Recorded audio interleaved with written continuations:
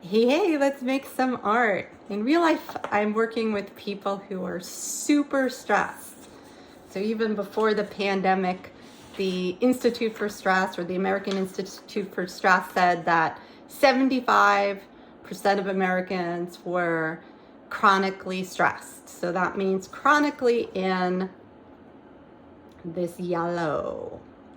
And that's fight or flight. That's mobilization for immediate survival, which means that our smarty pants brain is getting diminished blood flow, our reproductive system, our immune system, our digestive system, all dialed way down because the body wants to live to see another day. So that's why when you're super stressed out, if you notice, you're more prone to getting sick. So not only do you feel cognitively crappy, emotionally crappy, because we have a different range of emotions available to us as well. Like these are more along the lines of anger and fear.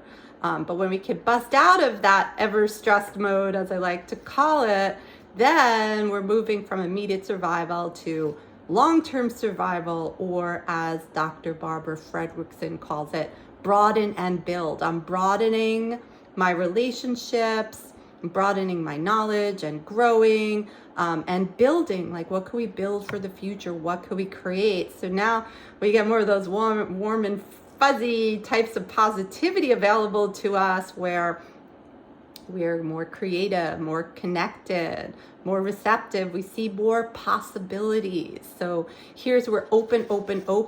And so negativity and neutrality actually like narrow you in.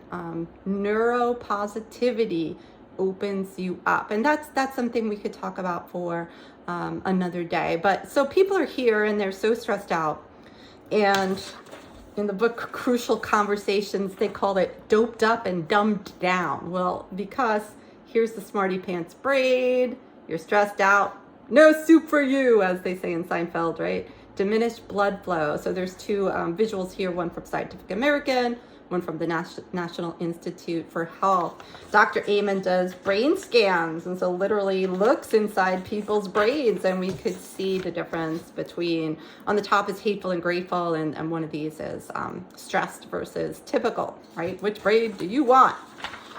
Medi Spies, I love her. Follow her. You should follow her on LinkedIn and check out her work. Well, she shared this. So I guess she shared this slide, which was awesome of her, showing the difference between a typical brain, a burnt out brain, and a suicidal brain.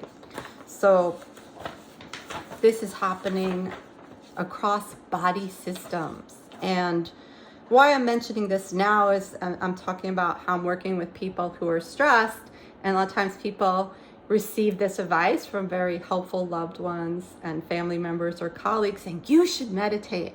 And for a lot of people, that's really tricky, which is why we make shrinky dinks and we do other things. And so when it comes to that sense of overwhelm, and if you're not overwhelmed, there is a way to apply this as well, for maybe the 8 dimensions of wellness in your life. So I'll put a link to that. But just think about the areas of your life, right? And make a little pie and divide it up. So maybe I did 4, maybe you do 5. There was another one I doodled, and I had 5, like, so, right? And so one prior video I was talking about how I wished in the 360 reviews, instead of asking me a million questions about someone, they asked me, how does this person make you feel? And there was one person I said I would have been like, right? Luckily, I've unsold out. You ever heard that expression, selling out? Well, I unsold out, and so this would not be the case for my work right now.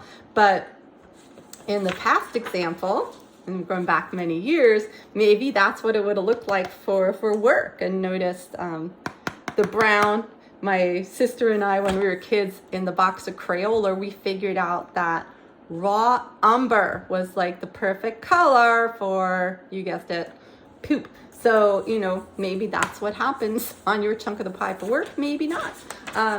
finance. Mine is like this, this is again a reflection back. When I lived in New York, I knew I wanted to leave. I wanted to leave the island, like the Lost reference, like we have to leave the island. Well, it was like this abyss. Anytime I thought of my financial situation, it was like, I felt despair and hopeless, probably getting into that red response that we see in the polyvagal theory. And now I'm 51. I can finally breathe when it comes to finance. So there's hope. If I left the island, and I did, and I got out of that despair, so can you. What else? So I put my dogs, so notice how here, right? So you're just letting it happen. Color helps, intensity helps, thickness. So do I have a thick? Oh, I have one example. This pen is awesome because it smells cool. So don't worry, there's not a raw umber one. And take your time with it. See if you get into the flow, see what comes up. You might notice something. You might be able to, when we're overwhelmed, it's like this tangled ball of yarn. You might be able to untangle it and be like, this clump over here is beautiful. It's like embroidery, and that clump over there is like kind of a mess. And let's kind of untangle that one a little bit more. I also have something I made, and there's actually a full color version of this that I'll link to, where you could reflect on where do you spend most of your time. So I think I have a tiny version of that. Get the idea. If you want to explore that beyond just making art, I'll put a link to this. And again, this is fun and cutesy cartoons, but it corresponds to those true physiological states. These are the three main ones that we have access to.